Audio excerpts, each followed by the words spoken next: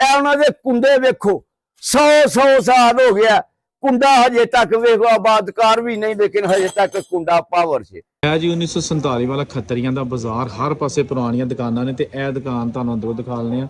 ਬਹੁਤ ਹੀ ਖੂਬਸੂਰਤ ਔਰ ਆਲੀਸ਼ਾਨ ਹੈ। ਇਹ ਦੇਖੋ ਇਹਦੇ ਕੁੰਡੇ ਤੁਸੀਂ ਦੇਖੋ ਕਿੱਡੇ ਕਿੱਡੇ ਮੋਟੇ ਨੇ, ਵੱਡੇ ਕੁੰਡੇ ਆ ਦੇਖੋ ਤੁਸੀਂ, ਠੀਕ ਹੈ ਨਾ।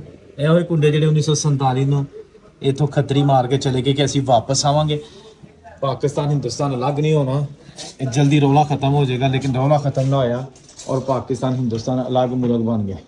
ਇਹ ਹੁਣ ਇੱਥੇ ਜਨਾਬ ਇੱਕ ਕਾਰਪੈਂਟਰ ਨੇ ਸਾਡੇ ਭਾਈ ਦੋਸਤ ਜਿਹੜੇ ਤੇ ਬਿਜ਼ਨਸ ਕਰਦੇ ਨੇ ਔਰ ਇਹ ਉਹਨਾਂ ਦਾ ਜਿਹੜਾ ਨਾ ਇੱਥੇ ਕਾਰੋਬਾਰ ਹੈ। ਇਹ ਪੁਰਾਣੀ ਦੁਕਾਨ ਤੁਹਾਨੂੰ ਦਿਖਾਈ ਅੰਦਰੋਂ, ਦੇਖੋ ਕਿੱਡੀ ਲੰਮੀ ਦੁਕਾਨ ਹੈਗੀ ਹੈ। ਇਹ ਦੇਖੋ ਨਾ ਉਹ ਉੱਥੋਂ ਤੱਕ ਹੈਗੀ ਹੈ।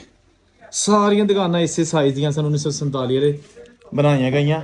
ਕਿਹਾ ਜਾਂਦਾ ਕਿ ਇੱਥੇ ਕੋਈ ਤਕਰੀਬਨ 200 ਪਿੰਡਾਂ ਦੇ ਲੋਕ ਆ ਕੇ ਇਸ ਪਿੰਡ 'ਚ ਸ਼ਾਪਿੰਗ ਕਰਦੇ ਹੁੰਦੇ ਸਨ, ਕਿਉਂਕਿ ਇਹ ਬੜਾ ਅਮੀਰ ਰਈਸ ਬਾਜਵੇ ਜੱਟਾਂ ਦਾ ਪਿੰਡ ਸੀ ਔਰ ਖੱਤਰੀਆਂ ਦਾ ਬਾਜ਼ਾਰ ਸੀ।